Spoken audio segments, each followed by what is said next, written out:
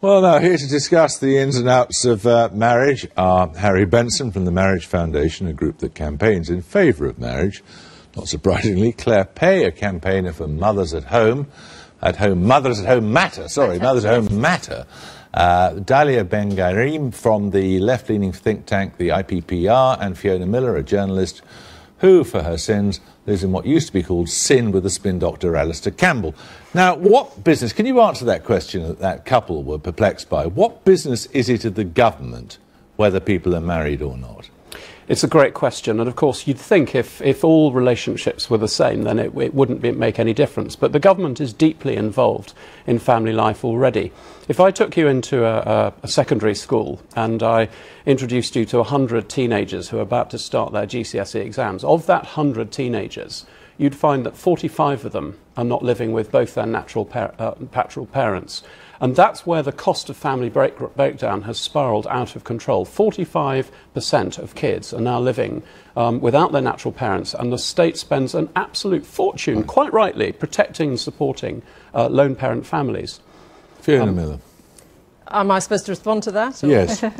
Well, I think there are if you're talking about the reasons children don't achieve, they're very complicated. And I think we know there's a correlation, don't we, between married couples that stay together and outcomes for children. We don't know that there's a causal link, and I think there are a lot of other reasons why children don't achieve, and the state has a business looking into people's, or having policy for people's personal lives and family lives, but it should be to support families in whatever form they come, not simply families who are in a married don't fetishise, to use the wrong word, but don't make a big deal of marriage. I think you're talking about stability and commitment for children, and there can be stability and commitment even with a couple of parents who separated. Why wouldn't you just penalise people who get divorced then?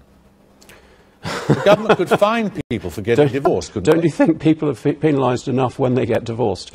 No, let's look at what works. Of the 55 kids that I've introduced you to in Year 9 who are about to start their GCSEs, of those 55 kids whose parents are still intact, 51 out of 55 are married. It's the model that works, and gorgeous Fiona here, who's managed to make it work for all these years, is very much the exception. No, I don't think that's true. But if you're going to make a policy based on... Which bit's not true? I don't think I'm the exception, because there are a lot of successful family models that don't involve marriage. And I do think it's about the quality of the relationship rather than necessarily about the status. And we know that, children do well in loving, warm environments, and that doesn't necessarily mean that they have to be married environments. It means that you need to support the quality of that relationship and the stability in that household. Kids will do much better in a household where it's loving and warming rather than if it's in a married household where the parents are in conflict and arguing all the time. What is it specifically about marriage that makes it a better environment to bring up children in?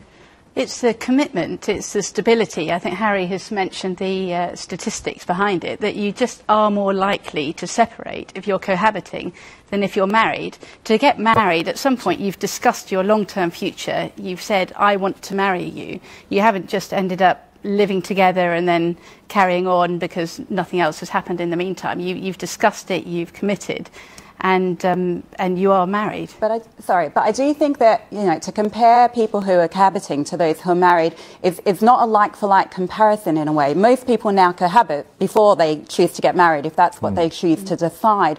And so it's not really comparing like for like. So it's kind of unfair to say that those who are cohabiting, have a different range of... The data is more complicated than that, I think. Fiona, tell me to back off if I'm prying here, Okay. but why did you just make the different decision, which was the decision not to get married?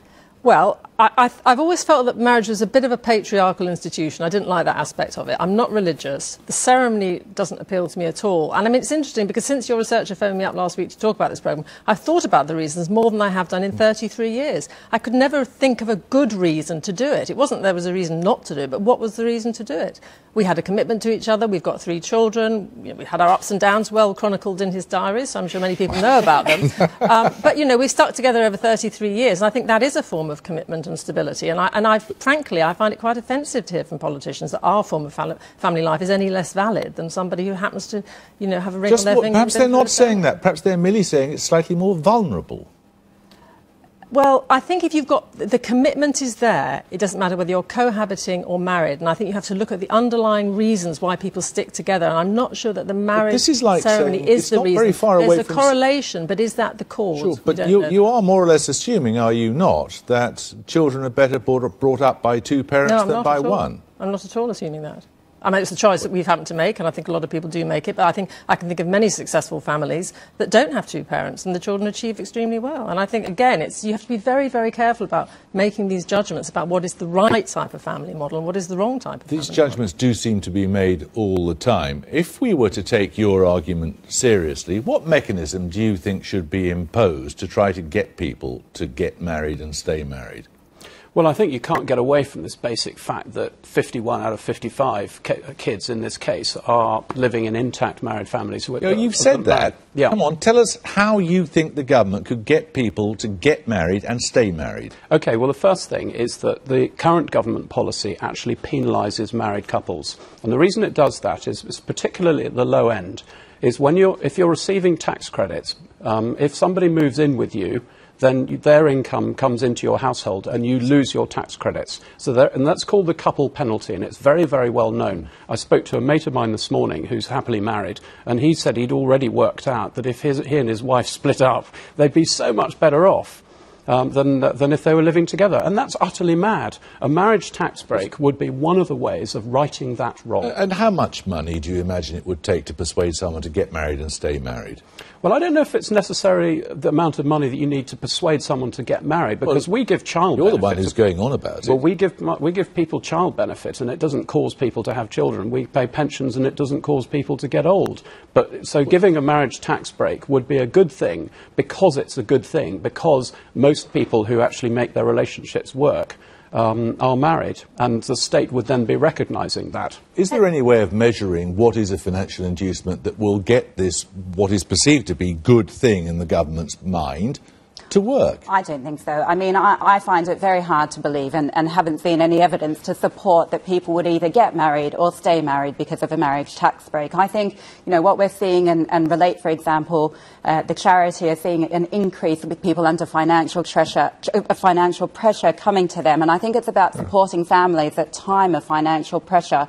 So affordable childcare, shared parental leave, those kinds of policies I think would have a far greater impact than something like a marriage tax break. Would you? David Cameron's talking about something between £150 and £200. Would you get married for £150? Not because David Cameron told me to. That is for sure. But I mean, £150. No, £150. Probably not. No, but I mean, at my time of life, coming through the other end, our children are grown up now. There is a great advantage in being married because of the situation with inheritance tax. And actually, I think we should be equalising the situation so cohabiting heterosexual couples can have civil partnerships as well, because that seems to be very unfair now. I'm, in fact, penalised now. Do you think that couples should stay together for the sake of the children because it's a better environment? I think the ideal situation is where you have a couple who are happily married, who love each other, where they can look after their children the way they want to. So if the mother or father wants to stay at home full time, they can. If one of them wants to work, they can. And that is a fantastic environment to bring children up in, because it's stable and loving. It might exist.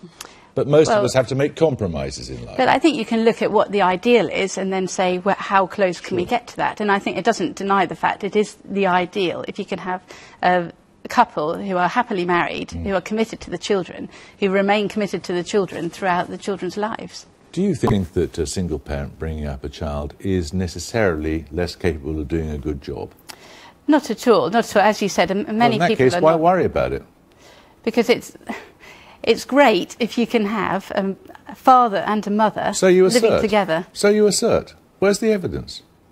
Because when you have parents living together, you develop attachment, you develop bonding with the children. I have to say, sometimes my husband works away, and it's much easier when he's around that the children get a balanced approach to being brought up. They have the male version and the female version, and that works really well. It's very hard when I'm on my own. What's the evidence on this? Well, I think families are far more diverse, and there's a much, I don't think that's, families thrive in different environments, and I think when people are able to make choices that work for them, that's when kids do really well. That's when you get a loving and supporting home that children and couples or people on their own who make that decision thrive in. But at the moment, a lot of families can't make the choices that they want to make, because if you have a single income family, you're much more penalised in the tax system.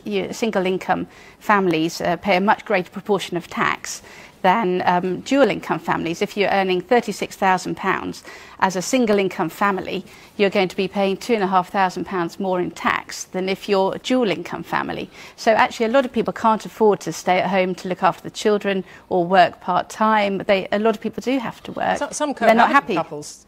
Sorry. In some cohabiting couples, people stay at home and look after the children. I think there aren't any hard and fast rules about this. And I think what Claire's trying to say is, I think if parents separate, I think it is partly the role of the state to help to support that family, to maintain good relationships with both parents. What we're saying is it's important for children to have a relationship with both parents if they can do in those situations. But sometimes it's not necessarily the right thing for people to stay together at all. When you look at the growth in divorce and when you look at the growth in cohabiting couples, children born out of wedlock, and the fact that there is no longer any kind of stigma, really, against either divorcees or bastards, there's no stigma any longer that attaches to this, because, as you say, children see all sorts of models in school. Is this a bad thing? Surely it's a good thing. Well, I just want to pick you up, if you'll forgive me, on this business of there being more divorce. There isn't more divorce. There hasn't been more divorce. There's a lot more divorce than there was in 1950. Well, yes, compared to 1950, but compared to 1980, that's not true. And we had 1 million lone parent families in 1980. There are 2 million today, and we have less divorce today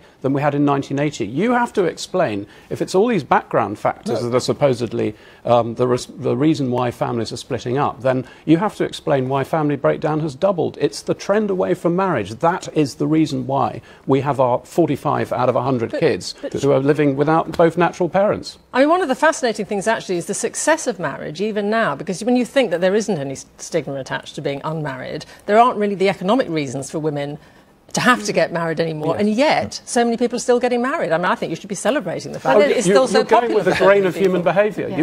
Government policy should go with the grain. But don't judge people who don't make that decision. I'm not at all judging. I'm just simply saying that the way the arguments are presented. Government policy should go with the grain of human behaviour, which is that we want to stay together as couples. Few people set out wanting to be lone parents. We should support lone parents, and we should support marriage as well. It's stigmatising for lone parents to be told that the married couple model is the best one and the one that works best. If you hear it that way, yes. But well, I think a lot of people do hear it that way. I hear it that way. I've been living with the same person for 33 years. I've got 3 grown-up children. And what I hear is that our model of family life and parenting and a relationship is not as good as somebody else's model. Well, let me say categorically, on behalf of myself, my family, the Marriage Foundation, and anyone who represents marriage, I love lone parent families. We should support lone parent families.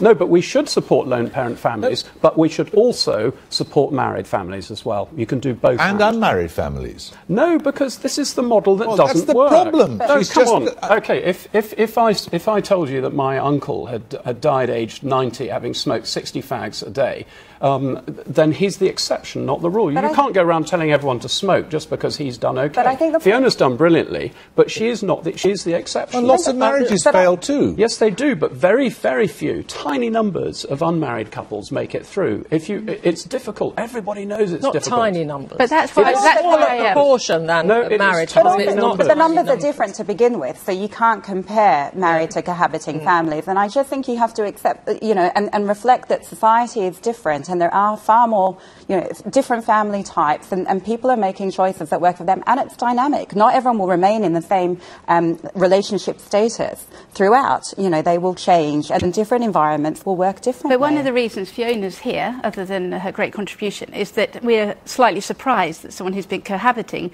for 33 years is still together. She's making a point. I don't know why you're surprised at all. I mean, it's absolute pussycat, really, honestly. It's so easy to live her husband, yes, knowing her partner as we do. Every single minute of it. This is the point. If you had a married couple who'd been married for 33 years, that would be less significant. But we've looked for someone who has been cohabiting for 33 years and made it. So obviously your model is. Well, all my married friends are now divorced.